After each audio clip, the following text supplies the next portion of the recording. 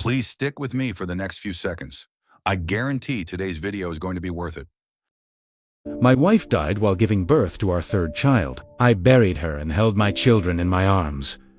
Lucas, 4 years old. Julia, 2.5.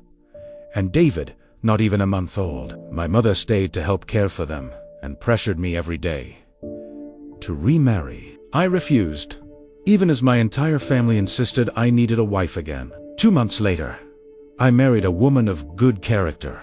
She treated my children with kindness, and I thanked God, believing she would never harm them. 1 month after the wedding, I returned home from work and found lunch ready. Lucas and Julia were waiting for me. We sat down and, as usual, I said, "Thank you, dear, the food is delicious." Hours passed, and I still hadn't seen the baby.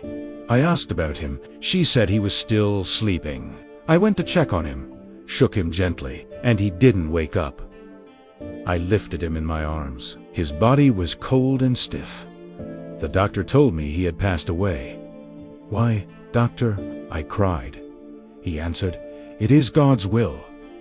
I buried my son beside his mother's grave and said, "This is your child, my love. Please take care of him." When I returned home, I noticed the children looked unwell. I took them to the doctor. He said it was the shock of losing their mother and gave me some tonics. I never saw my wife mistreat them, and they never complained. But a month later, I rushed Julia to the hospital. She was already unconscious. They ran tests but found no cause. She died a week later. My heart shattered. I could only surrender her to the Lord.